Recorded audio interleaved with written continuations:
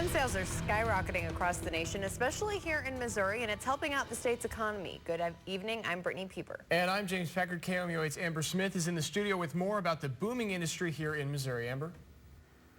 Gun sales shot up 73% across the nation since 2008, and Missouri has the 5th most gun-related jobs in the nation. Gun sales are booming across the nation, making gun retail and manufacturing a hot industry. We do know that sales have increased year over year, and we've seen that since we opened back in 2013. Concealed carry's going out the roof. Used to be we'd run one class a month, 20 people. By next Sunday, we'll have run 3 classes. According to the National Shooting Sports Foundation, the gun industry has seen a 10% increase in jobs from 2014 to 2015. An employee here at Target Master said along with the sale increase, a ton more people have been coming in for their very first time and learning how to shoot. In fact, the study shows Missouri is the 5th best state in the nation for gun industry jobs. Missouri, with its central location, is ideal for distribution. So what is causing this sale increase? Some people are buying out of a concern of pending legislation.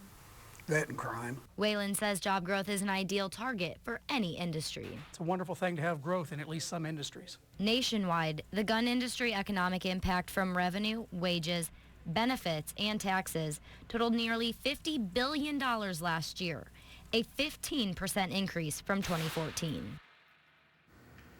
According to the study, there are currently more than 10,000 gun industry jobs in Missouri. The nation leader, Texas, has over double that amount. A federal grand jury indicted an Avaz man on charges of illegally possessing 21 firearms and 3 firearm silencers. 53-year-old Billy Owen was arrested in December. He owns Panhead Billy's Barbecue in Kingdom City. He was originally arrested on charges of being a felon in possession of firearms and possessing 3 unregistered gun silencers. Police are still looking for the driver in a deadly officer-involved shooting that happened Monday in St. Louis.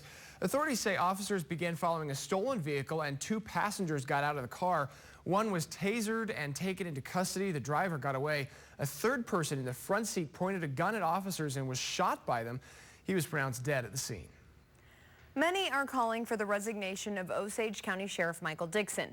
Dixon pleaded guilty to harassing a Bell police officer in 2014 and was charged with unlawful use of a weapon for waving a gun while intoxicated at a Hartsburg bar in early March. Dixon is still in office, but Osage County officials can't find him. County commissioners say people have sent them angry emails asking why he's officially on the job still. The Osage County Commission met this morning expecting to meet with the sheriff, but he didn't show up. The commission has sent official letters, emails, and made visits to the sheriff's office trying to contact Dixon. Dudenhofer says there's nothing else the commission can do besides continue to ask him to resign unless a peace officers group pulls his license. The only thing it can be is if Post would pull his license, then we could do something, but otherwise he's an elected official and he can do what he wants.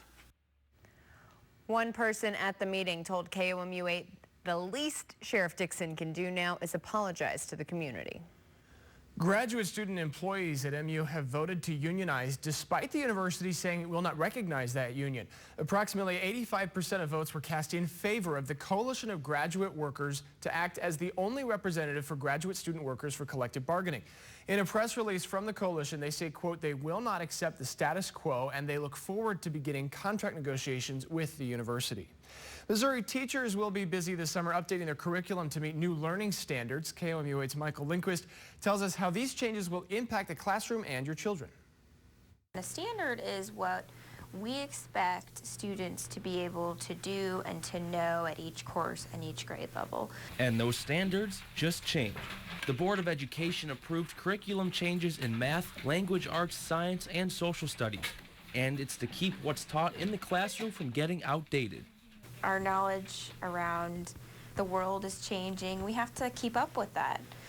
We have to keep evolving. We have to keep updating our standards to make sure that students are ready, because the students that we're graduating today and the students we graduated 20 years ago, they had very different knowledge bases. Some of those changes include adding cursive writing to kindergarten through 5th grade, adjusting expectations in various subjects, and moving the introduction of Missouri history from 4th to 3rd grade.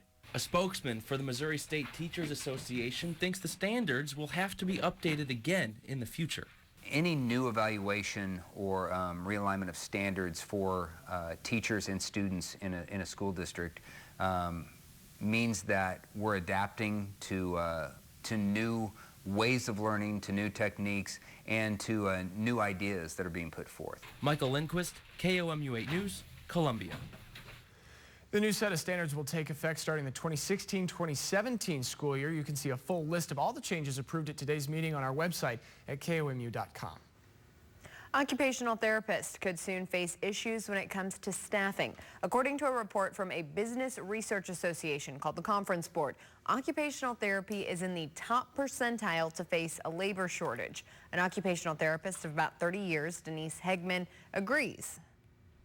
All the growth here in the United States with the need for OT, if there is a lack, that's what's going to be possibly a difficulty, is not enough people graduating.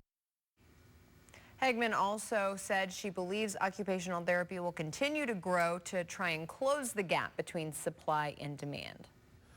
A loophole in a tobacco settlement is costing Missouri taxpayers $50 million this year. In February, Attorney General Chris Koster reached a settlement with tobacco companies over a contract dispute. Now, normally the state expects payments from the tobacco industry. Because of a loophole in the new law, Big Tobacco was able to short the state $50 million. In order to recover the money, the legislature must pass a bill to close that loophole. The legislature has until the end of the session to pass the bill, which has some organizations worried about their funding if it doesn't pass. Bear in mind that even though that's the case, we're the only state that has not made the reform and closed this loophole. Every other state's done it. Businesses, healthcare, education, and law enforcement organizations from across the state are concerned about a loss in funding and are urging lawmakers to pass that bill. Ashland residents might see more pit bulls running around. The Board of Aldermen lifted a ban that had kept pit bulls from living at residences within city limits. Some agreed with the decision, saying it's about the owner, not the dog. Any dog can be aggressive. Sometimes it's just in their nature, but I don't think it's a breed specific. I think it's more of how the dog is brought up. KOMU 8 spoke to one person who didn't want to go on camera but said he thinks pit bulls are dangerous animals and he's against having them in town. Ashland will still have its ordinance that protects people from vicious dogs.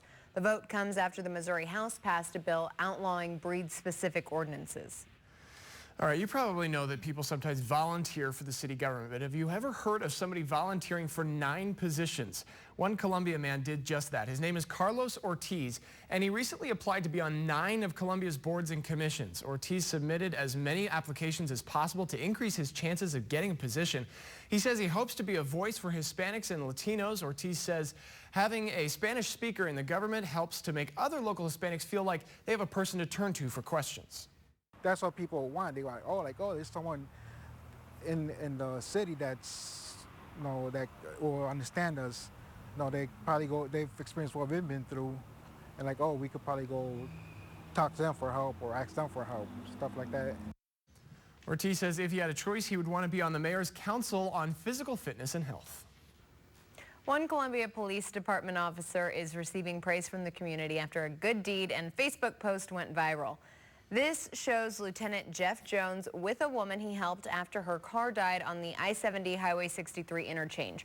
Lieutenant Jones helped jump the woman's car after she mentioned she needed a new battery.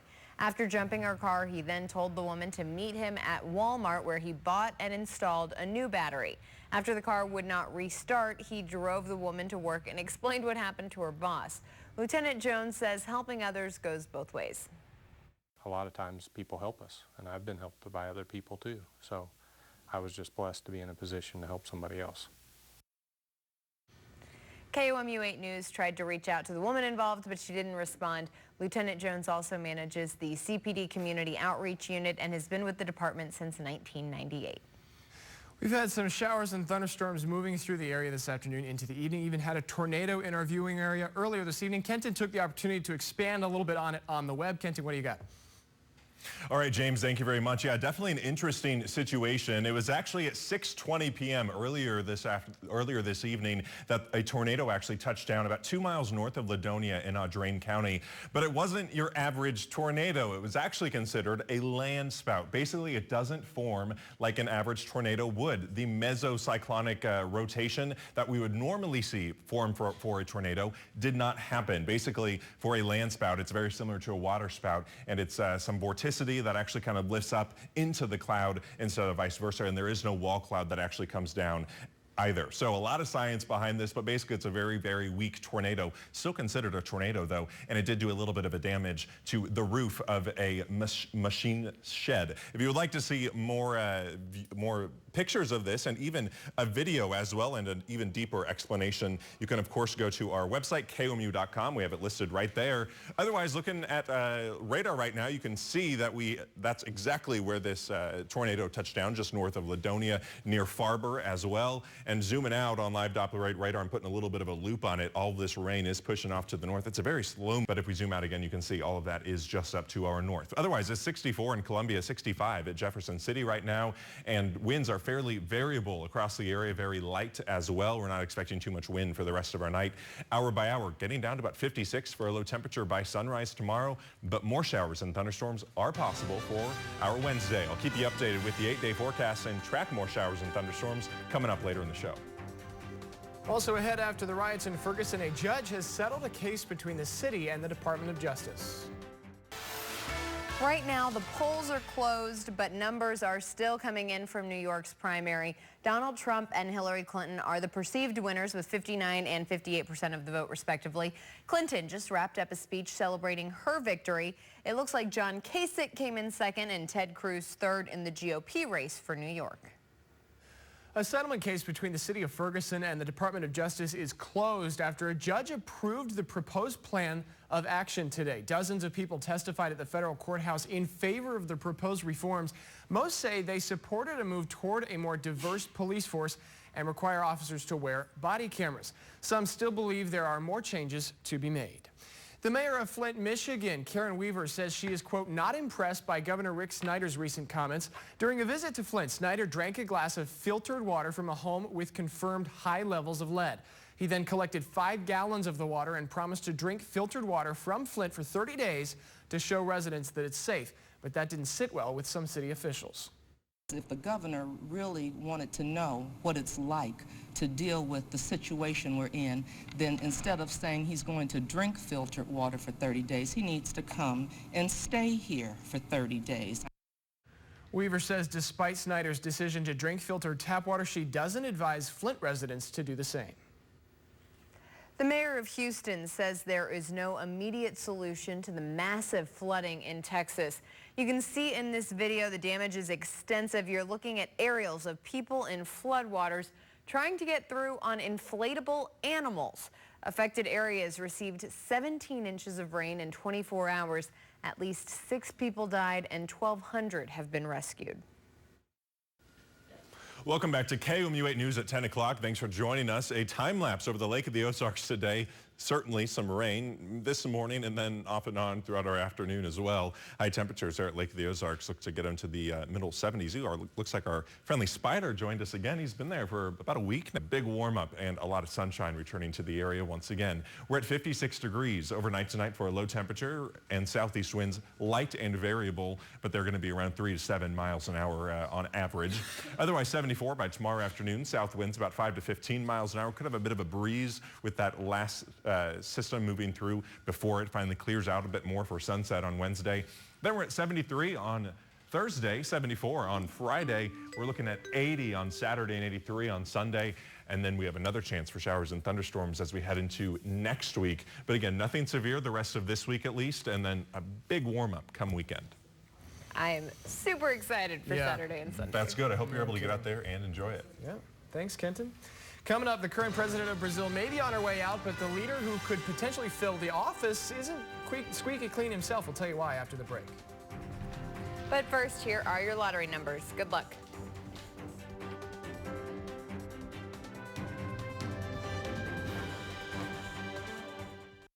Coming up tomorrow on KOMU 8 News Today. The Roots and Blues Festival is a growing and important music but also economic event in Columbia. It brings fans and artists from all over the world, and an important announcement comes tomorrow. It'll be tracking in some showers for your Wednesday morning. Breaking news from overnight, what's coming up later, and weather on the 8s. KOMU 8 News today starting at 4:30 a.m. Coverage you can count on.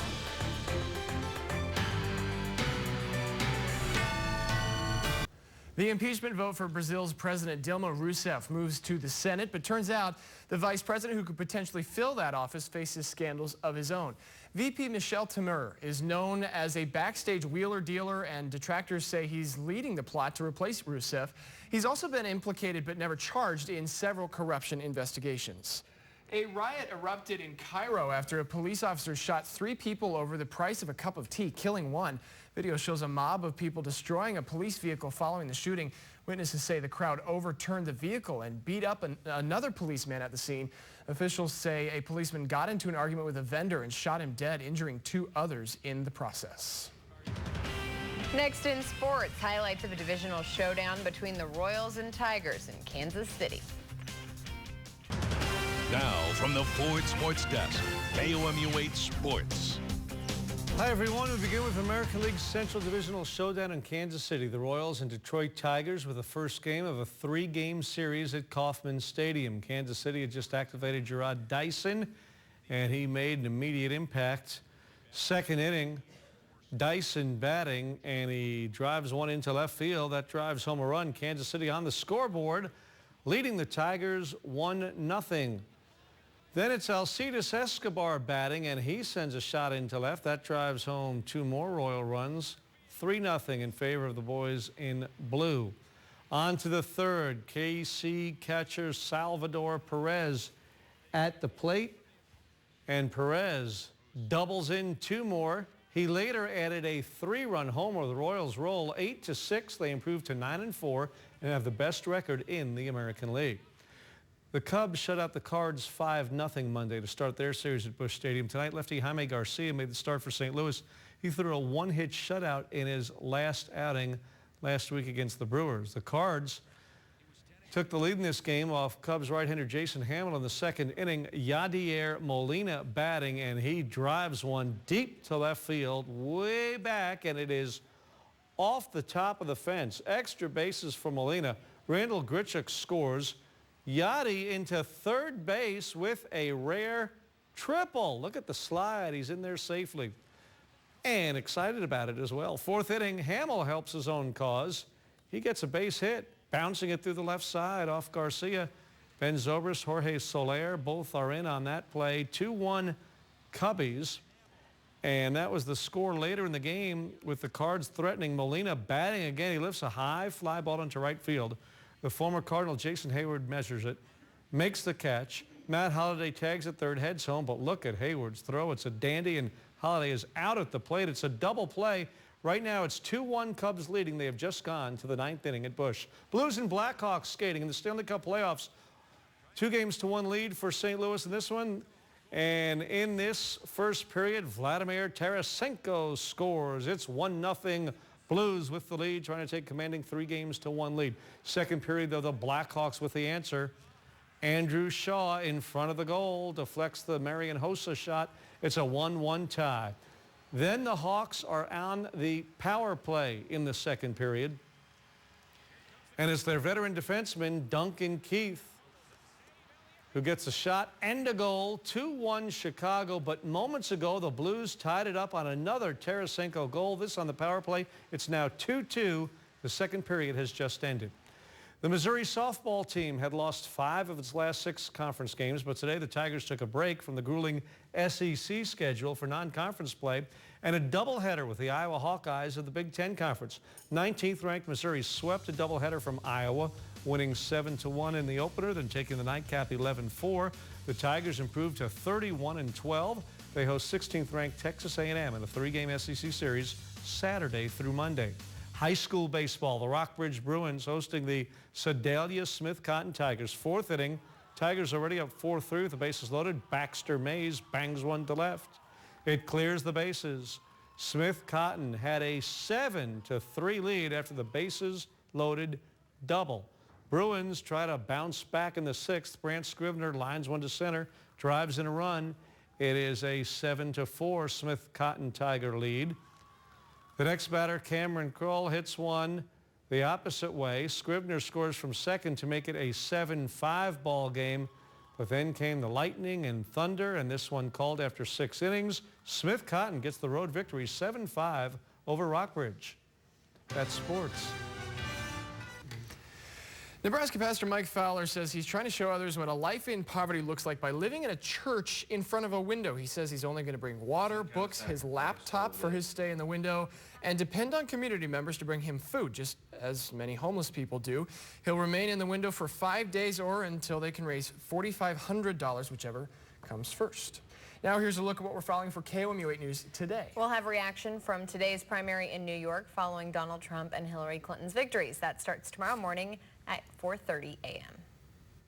Also, Tim will be in tracking new rain for the day to come on Weather on the 8th. Otherwise, looking at rain totals so far today, you can see close to an inch in Sedalia and about 3/4 of an inch in Versailles. But take this as an average because as fast as thunderstorms were developing and dissipating throughout our day, some areas likely saw a little bit more, some areas a little less. Otherwise, did you know that during and after a rainstorm, allergies actually get worse? So tomorrow there is about a moderate to high, and that will continue to push out, but we are expecting more showers and thunderstorms at least by midday tomorrow, likely moving in between about noon and 3 p.m. I was waiting for myself to sneeze in the middle of the newscast. Yeah. For all the allergy sufferers, we sympathize with you. Have a great night. On air, online, on Facebook, on Twitter, on the News app, and the Weather app. KOMU 8 News. Coverage you can count on.